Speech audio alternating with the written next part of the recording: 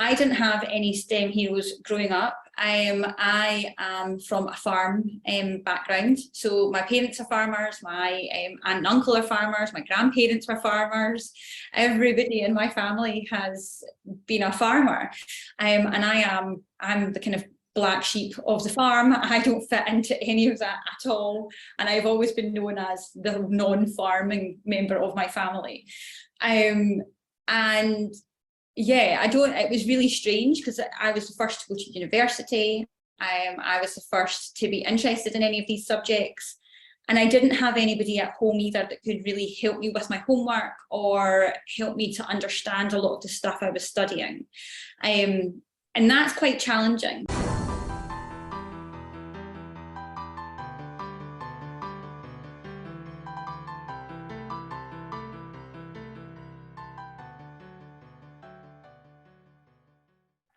My guest this week is Dr Lorna Nisbet, who is a forensic toxicologist. Lorna has a master's degree and a PhD in forensic toxicology from the University of Glasgow. Currently, Lorna is a senior lecturer at the Leverhulme Research Centre for Forensic Science at Dundee University, and her main interest is in researching psychoactive substances, their use and detection. Lorna, welcome to STEM with Mr N. Hi, it's great to be here. Thank you for inviting me. You're very welcome. So can we start off with your current role as a senior lecturer in forensic science? What is forensic science? So forensic science is any scientific discipline that's going to then get used for courts. So anything that's got a kind of legal slant upon it becomes forensic. So we can get forensic digital work, we can get our crime scene work, we can get our DNA. So anything like that that goes to court that helps potentially solve crimes, hopefully, comes under forensic science. And in the introduction there, I said you're a forensic toxicologist. So more specifically then, what is a forensic toxicologist? So I specifically right now research for the use of drugs within people. So we're looking at the illicit drugs that people might take, and we want to detect them in people. So if they have maybe had a car accident, or if they have become really unwell, or if they've unfortunately lost their life, then we will want to take samples from the bodies or from the people and find out if there's any drugs been involved. And then that's what I do. And specifically, you're interested in researching psychoactive substances. So what are psychoactive substances? So my research specifically is focused on the new psychoactive substances. So a psychoactive substance is something that impacts in your brain. So it's going to give you that kind of what we term kind of classical high. Normally, that's what drug users are looking for. So I look at all the kind of weird and wonderful new drugs that hit the markets. So they are ones that were originally designed to go around the laws. So people were able to take things and they weren't illegal at the time. But now the laws have changed, so they are now illegal. But we still see them cropping up, especially in things like prisons. And that's what we look at here. And when you were saying about forensic science being a broad spectrum and then forensic toxicology is more specialised for what you do, we've been lucky enough to have a forensic anthropologist on the channel before. Is there a lot of crossover between what you do working with these other people, or do you all tend to work individually? So it's very collaborative, and here at the Leverhulme Centre, we are very collaborative in particular. So we have a host of different people all in all of the different disciplines, and it means that we can look at projects kind of from a round kind of point of view, because I am obviously relying on somebody like the pathologist, so that's the doctor who deals with the dead people, so the mortuary, taking the correct samples so that I can process them, so that I can see if that individual might have had any drugs in them. So we're all very collaborative, and we all filter into what each other does. So that's given us a now nice overview of what you do and what it all involves. But I'm going to go back the way into your history. What first got you interested in STEM? So I have always been really interested in STEM, but I wasn't very good at it. So I think actually we possibly had the same chemistry teacher when we were at high school together. I think we did. Yeah, I think we did. And we were doing, I'm giving away our age here, but we were doing something that was called standard grades, which don't exist anymore. They're national fives. And my chemistry teacher wasn't the best chemistry teacher when I was doing that class, when we were doing our chemistry for national 5 level. But I really loved it. I thought it was just really interesting. And I knew that I was probably a little bit different for some of my friends because I was really interested, and I don't think they were necessarily as interested in it. But when it came to my prelim exams for that, I didn't do particularly well. And I thought, no, I want to do this. I'm really interested in forensic science. The TV had started to come out with lots of forensic science programs. There was a lot of CSI going around. And I thought, no, I really want to do that kind of work. So I studied and I put in lots of time by myself, and I managed to actually get the grades and then go on to my hires. So I did chemistry and hire. And again, really loved that. But it wasn't the easiest STEM subject I ever did. I was much better at biology, and I found it much easier to do and much easier to understand, I think. But I just loved chemistry. Like, I just loved understanding it and trying to do it. So I stuck with it, and then I went to university to Strathclyde and did my undergrad. And out of the range of things in forensic science, why did you specifically go for forensic toxicology? What drew you in that direction? Because, well, I'm based in Scotland, and unfortunately Scotland has quite a large problem with drug use. We're really, unfortunately, quite badly affected by that. So I guess it sounds really cheesy, but there was that kind of being able to maybe make a difference aspect of it. I was at university where things were slightly changing as well. So the types of drugs that people were taking were starting to change, which I thought was really interesting. And there's also the people that, you know, just take drugs when they go out partying as well. And I was getting older and I was, you know, maybe going to the odd nightclub and things. So I just thought it was really, really interesting. Yeah, and I loved it. Did you have any STEM heroes as you were growing up through your STEM journey, or any current heroes that you look up to? So I didn't have any STEM heroes growing up. I am from a farm background. So my parents are farmers, my aunt and uncle are farmers, my grandparents were farmers. Everybody in my family has been a farmer. And I'm the kind of black sheep of the farm. I don't fit into any of that at all. And I've always been known as the non-farming member of my family. And yeah, it was really strange because I was the first to go to university. I was the first to be interested in any of these subjects. And I didn't have anybody at home either that could really help me with my homework or help me to understand a lot of the stuff I was studying. And that's quite challenging. That's quite difficult, especially when you do go to university and you're trying to do assessments and things. You don't know what you're doing, and you can't ask anybody. You don't feel like you can ask anybody for help, especially people that you know. So that was difficult and different, but I quite liked doing something completely different from everybody else. So I quite like that nobody really understands what I do in my family. It doesn't bother me. But I also wanted to have a bit more of a secure income as well. I like my nice things, I like my travel. So I didn't want to be stuck on a farm for the rest of my life as well. And right now there's obviously a big push for more diversity in STEM, particularly looking at getting girls into STEM. Is that something you've seen in your career? Is the landscape there changing, or more females coming through in the fields that you work in? Yes, so actually the institution that I've just moved from Dundee from was predominantly female based, and we had very few forensic science lecturers that were male. Actually, we had to try and promote the hiring of men rather than females, actually. I think in education, because I'm a lecturer as well, you do tend to see a lot more females, but I get to go to a lot of scientific meetings as part of my research hat, and I get to travel the world as well, which is very nice.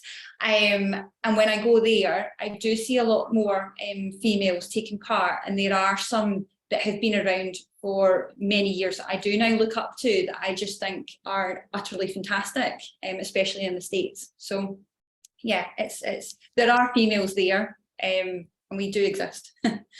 And do you think it makes a difference having another female that you can look up to in a field that you're interested in?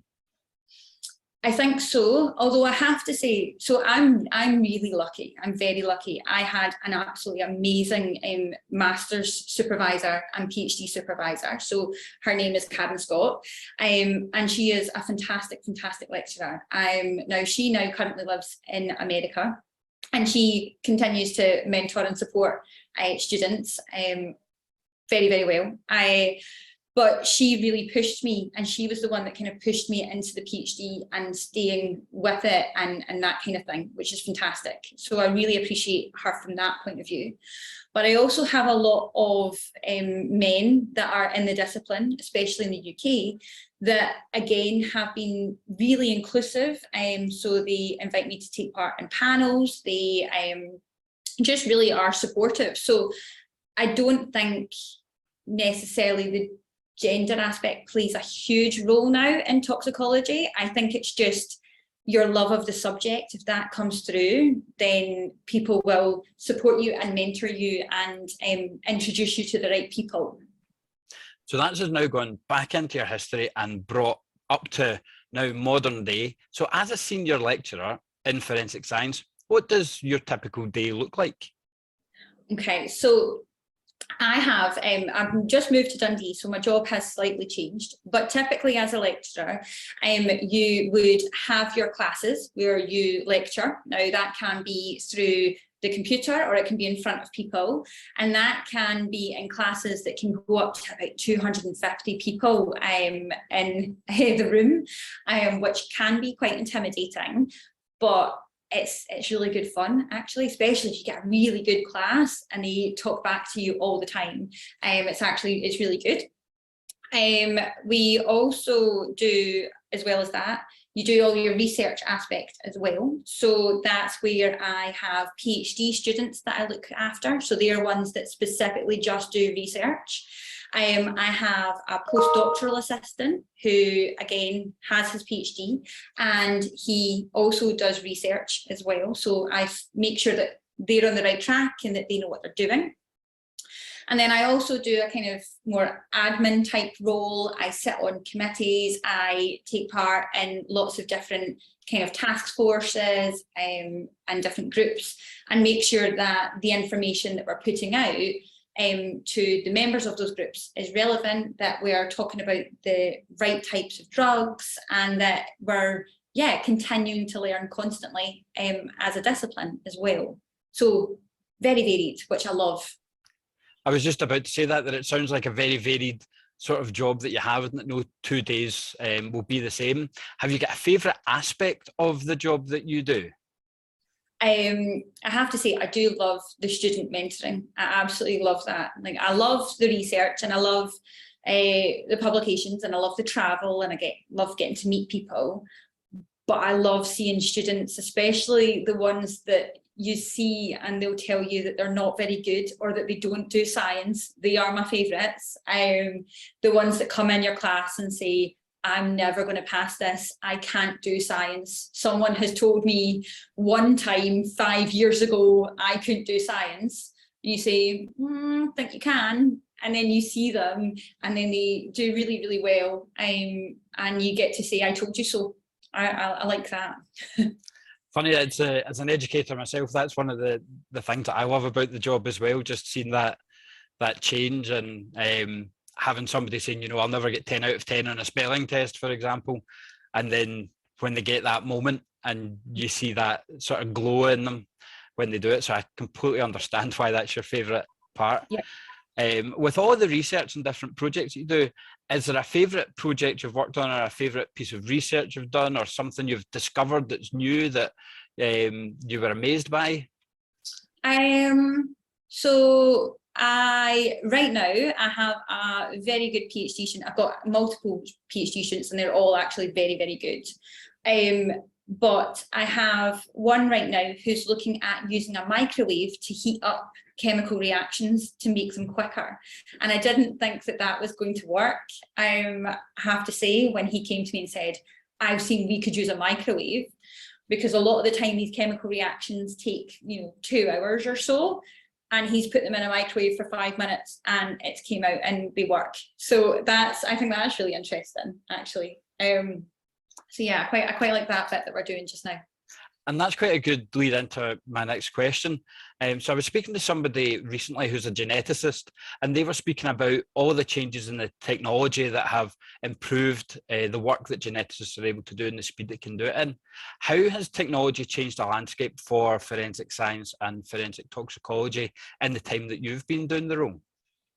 Oh, well, that's a really interesting question, Stuart. So if we go all the way back to 2009, there was a report published in America, and it said that all of forensic science really needed to be re-looked at, and where was the science in the forensic science. So there was, in America, there was quite a lot of miscarriages of justice. There was a lot of fingerprint analysis that maybe wasn't quite right. And so we all had to go back and start going, well, where is the actual science? Where is the reproducibility of it? Now, from a student point of view, this is fantastic, because it means that there are still so many things that we don't know. So there's so many things to learn, and you can have a genuine impact in the field. It's not, yeah, you can make changes to what's actually happening outside in the police forces, which is great.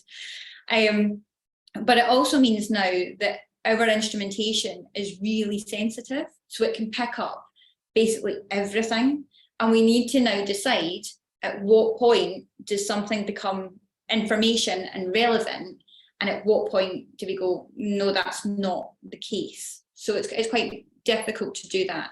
And then there's also the human aspect of it as well. So if you're at a crime scene and you know that a certain type of crime has happened, or you think a certain crime has happened, you'll collect bits of evidence based on what you already think has happened, and you have to kind of untrain yourself to do that and to collect as much as possible and make sure that you're not biased. So there's the psychology of it as well, which is quite interesting.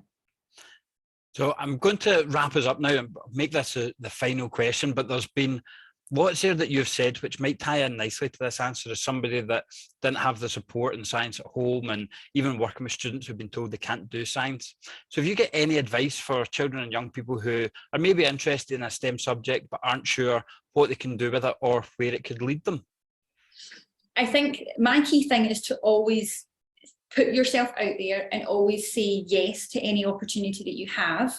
You're at school or college or wherever you may be, but there will be somebody around you, be it a teacher, be it a lecturer, whose job it is actually to help you, and who will be willing to help you. I don't mind helping anybody. I'm more than happy to help people and with their careers and getting help and support, but you need to have the courage to ask for that help. And asking for help is never a weakness. It's just you getting effectively what you're owed or what you're due. So I think that's a key thing, what I would always say. And that if you don't really put yourself out there, and if you don't try, it's nobody else stopping you succeeding. Nobody's told you at that point that you can't do something or that you're not good enough. You've decided yourself that you can't do it. And I think that's giving everybody else an easy job. That's making it easy for everybody else. And I don't like to make things easy for people. So put yourself out there, ask the questions, and you'll surprise yourself, I guess.